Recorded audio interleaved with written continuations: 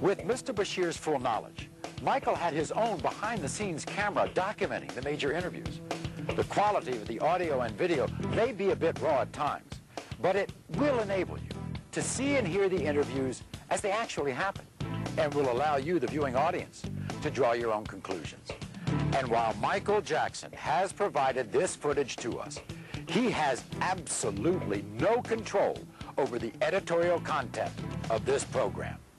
But who is Martin Bashir, and how did he get an exclusive interview with one of the most reclusive pop stars the world has ever known? In 1995, this little-known British journalist caused an uproar when his sensational interview with Princess Diana revealed details of her extramarital affair. Since then, he had scored interviews with some of England's most notorious newsmakers, becoming somewhat of a celebrity himself. His interview with Jackson was, as he put it, a request to show me the real man, but show me everything, make nothing off limits. Michael agreed, and the first interview was scheduled for the summer of 2002. In these photos of one of Bashir's interviews with Jackson, you can see the camera that captured the footage you were never meant to see. It's mounted right there on the light stand. This is the view it was capturing at the last interview. And this is the shot from the very first interview at Neverland. The man adjusting the lens. Now this is on. Okay. So can we have silence in the house? Yeah. Is Jackson's own documentary cameraman. Well, I just wanted to clarify that it was not a secret video. Because right now they're saying that we were secretly videotaping him, but that's not the truth. Mr. Bashir saw me, hooking up the camera, and everybody saw the camera out there, and we were just rolling it. We usually do documentary on every, things that Mr. Jackson does. Do you think that your success has actually made people turn against you? The bigger the star, the bigger the target. And the more popular I became, the more rumors that were created, none of which were true. I mean, the moment I started breaking the all-time records of the biggest selling albums of all time, they called me weird overnight, strange, wacko. They said I'm a girl, homosexual. He wants to buy the Elephant Man bones. He sleeps in a hyperbaric chamber. None of that stuff is true. All completely made up. I've seen where you sleep. All a lie. I've seen where you sleep, exactly. And it's not a hyperbaric chamber. I sleep in a bed. I mean, people would be so surprised how normal and simple the way I live. Most people would have a very hard time thinking Michael Jackson's life was normal or simple.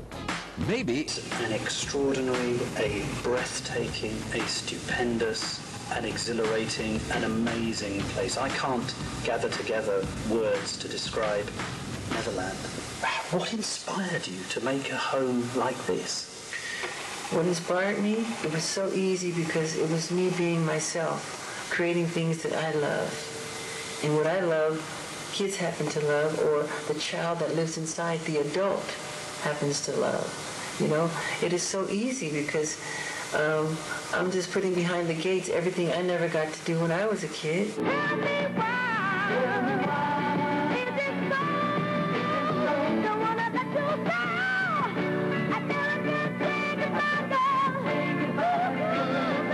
Do you have regrets about the way your life has been?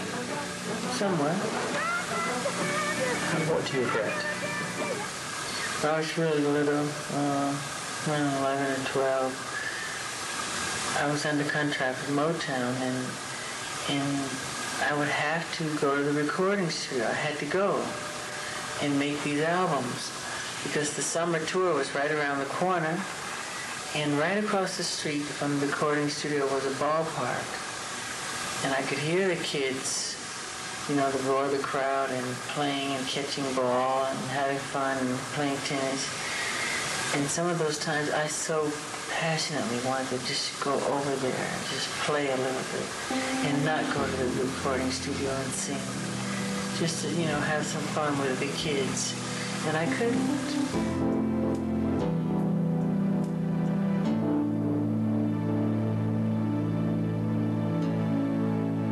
Say, why is he always with children? Well, I was raised in a world with adults.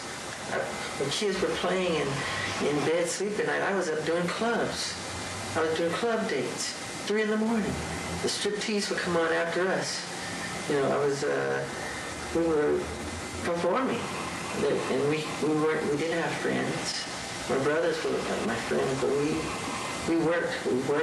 There was no Christmas, there was no birthdays, and we were very strict Jehovah's Witnesses. So I'm compensating. Nature made sure that I compensated for the lost. So when you come behind my gate, you'll see amusement park, you'll see animals, you'll see everything I never got to do. There's candy everywhere. It's fun.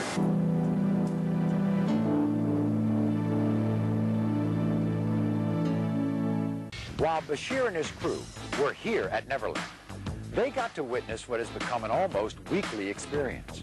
Busloads of children, some from the inner city, some orphaned, some terminally ill, but all of them escaping their reality to spend a day.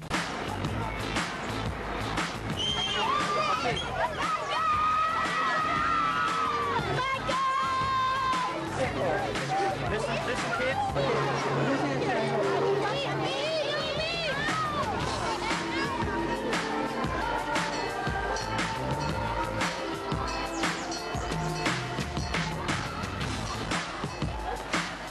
So, want to come over here and see the elders? I feel totally at home with them. I can talk to them one-on-one because they don't judge you. You know, they're not looking for anything. They just want to have some fun, you know. And that's the same with myself. And I can connect to that, you know. I can understand that. And the fact that I missed out on so much as a child. As soon as they come in the room, for me, the room lights up. I like the sound it makes. That's great. That's great. They're really funny. Oh my God, they're funny. Didn't one of them say something funny to you yesterday about... Yeah, well, one of the boys said to me, he said, he saw all the rides and all the amusements, and he said, Michael Jackson, you own all of this? I go, yeah. He said, you paid for all of this? I said, yeah, I did. And you still have money left over? That's exactly what he said to me. I said, yeah. I said, yeah. He goes, I can't believe it. He said, I can't believe it. That's exactly what he said. He was amazed that I still had money afterwards. We're Make-A-Wish staff members, and we are escorting all the Wish families that came to meet Michael. It's just great to be a part of it and see how happy they are.